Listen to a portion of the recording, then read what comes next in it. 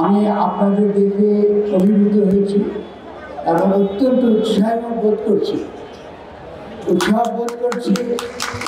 কারণটা হচ্ছে যে আপনাদের প্রতি আমি এর আগে যে সংহতি প্রদর্শন করেছি এবং আপনাদের আন্দোলনের সঙ্গে যুক্ত রয়েছে, এটা নিছকই শুধু আপনাদের পিঠ চাপড়ানোর জন্য নয়, আমার কোনো রাজনৈতিক উদ্দেশ্য নাই, আমার কিছু চাইবার নাই। কিন্তু কিছু বিষয় আমরা চাই এখন যারা ক্ষমতায় আছেন তারা এটা বুঝতে চেষ্টা করুন এবং তাদেরকে বুঝতে হবে এবং আপনাদের আন্দোলনের মধ্য দিয়ে সাধারণ মানুষকে বুঝতে হবে একটা খুবই প্রাথমিক একটা ব্যাপার, খুবই সহজ একটা সত্য কথা। সেটা হলো সেবাই স্বাস্থ্য, ডাক্তারিকে স্বাস্থ্য বলেন।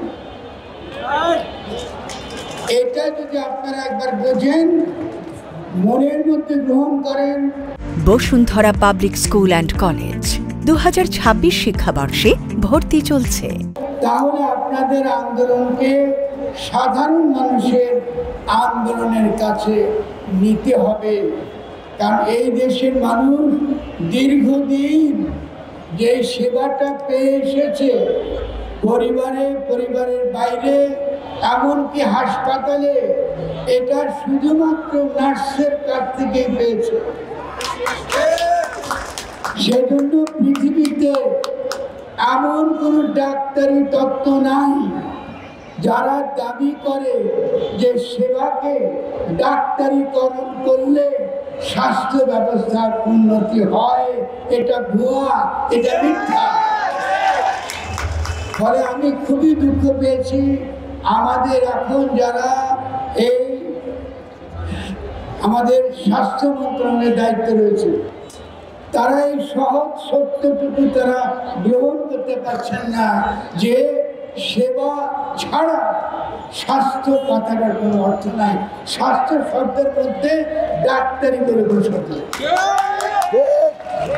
এই কারণে আমি মনে করি এই যে আমার যে বক্তব্য, যে অবস্থান, আমার যে দর্শন এবং রাজনীতি, এই জায়গা থেকে আমি আপনাদের নার্সদের আন্দোলনকে সম্পূর্ণ সমর্থন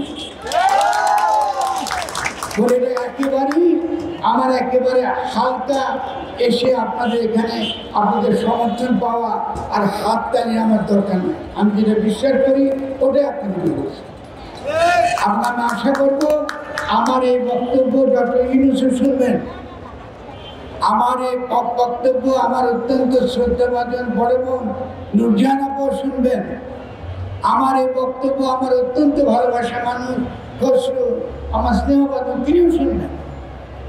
আমি সরকারের নীতি নির্ধারণে নাই, কিন্তু তাদেরকে বুঝতে হবে জনগণের অভিপ্রায়, জনগণের ইচ্ছা এবং সারা পৃথিবীতে স্বাস্থ্য নিয়ে যে আন্দোলন হচ্ছে, স্বাস্থ্য নিয়ে যে সকল চিন্তাভাবনা হচ্ছে জনগণের পক্ষে, সেই চিন্তাভাবনাগুলো কি করে আমরা বাংলাদেশে কায়েম করব, এটাই হচ্ছে আমাদের প্রধান প্রশ্ন। যদি এই প্রশ্ন তারা মনে রাখেন, তাহলে একীভূত করা স্বাধীন নার্স কমিশন বা যে কোনো নামে আপনি দেন না কেন, আপনি বলতে পারেন সেবা ও রোগ প্রতিরোধ কমিশন, যে নামে আপনি দেন না কেন, এটাকে কখনোই ডাক্তারিকরণ করা যাবে না।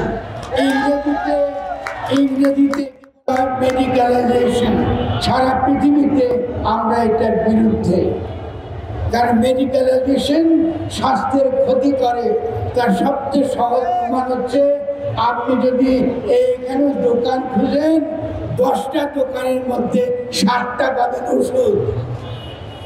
ডাক্তারিকরণ মানে ওষুধের কোম্পানির সেবা করা,